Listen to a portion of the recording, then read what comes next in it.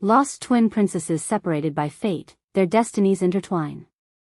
Princess Shahista sat at her fancy vanity, a gold comb glinting in her hand, jeweled bracelets jingling softly on her arm.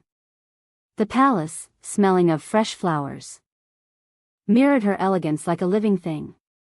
At that exact moment, way out on the kingdom's edge, in a tiny hut, Murabiya smoothed her simple clothes. Using broken mirror bits, she drew a faint line of charcoal under her eyes. No sparkle, no fancy scents, just the sting of hard work and a bright hope inside her. On her wrist, she tied a bracelet of dried, handmade flowers. Princess Shahista got ready with quiet elegance, every move and touch radiating royal grace. Her soft slippers padded on the cool marble floor. Murabiya's steps were plain but steady, as she headed to the village market. The scent of dirt and the winds whisper her companions. 2 lives, 1 morning. One shining with royalty, the other with humble simplicity. One from a palace, one from a hut, yet both had the same question in their eyes: what's in store? A royal carriage on one side, a simple village girl on the other, and fate brought them to the same path. Years back, the king and queen lost one of their twin daughters. She vanished mysteriously as a baby. No one saw a thing, no clues were ever found, just an empty crib, scattered petals, and the queen's heartbroken cries echoing within the palace walls. Time marched on. Shahista grew wise, poised, and beautiful. Yet a hidden sadness lingered within her. Like a piece of her was missing. "Mother," she'd often ask, "I feel my lost sister is alive. Sometimes I feel her so near." The queen would just sigh, "If only your heart's feeling were true." Far away, Murabiya lived with her grandma in a tiny hut at the edge of the woods. Leaves rustled on the roof, soft sunlight streamed through small windows. Her grandma taught her to spin as a child. Days were spent weaving wool, selling threads at the village market, and soaking in laughter, sunshine, and forest air. Then, one evening, destiny intervened. Thunder boomed. The palace gates swung open. A shaky old woman stood before the king and queen. "Your Majesties, a woman from the forest sent you this locket." "Your daughter is alive," the queen cried out. Shahista's heart leaped. This is from my missing child." The king declared, "Tell us so we can bring our lost daughter home swiftly." Meanwhile, in the forest, Murabiya's grandmother suddenly took ill. "Daughter, some water.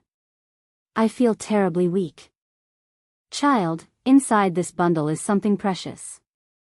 Take it to my brother, deep in the forest." Her voice faded, her breath catching her last. Murabiya's small world crumbled. Tears welled up, and fear gripped her heart.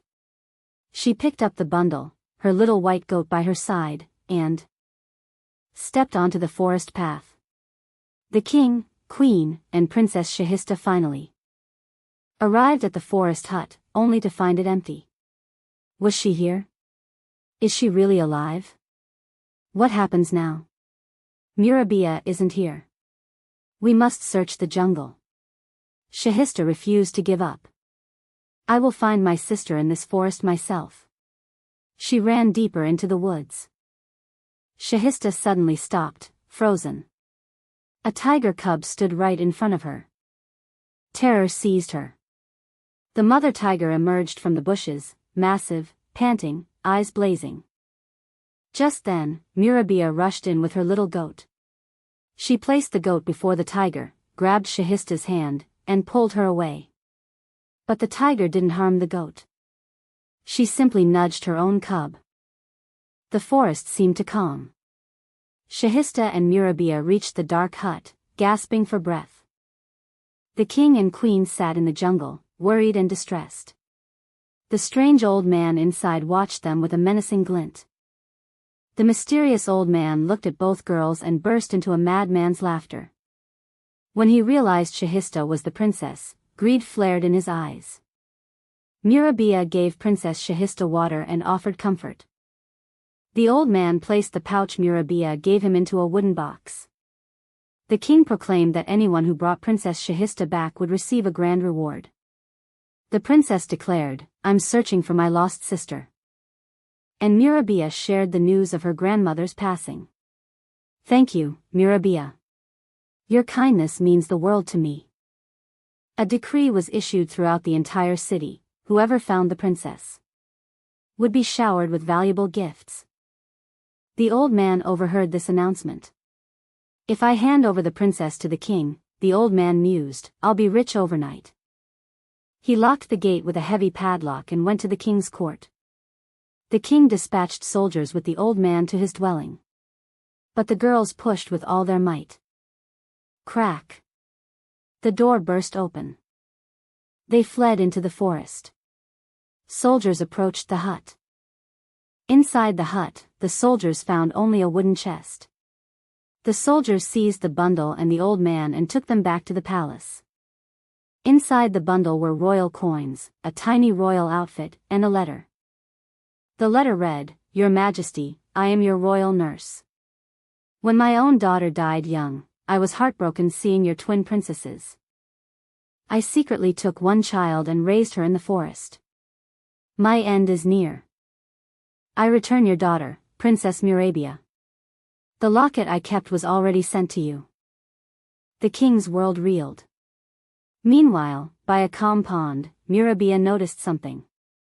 A faint golden mark on Shahista's hand. The same crown-shaped birthmark on her own. Her breath hitched. "This mark. I have it too." Time stood still.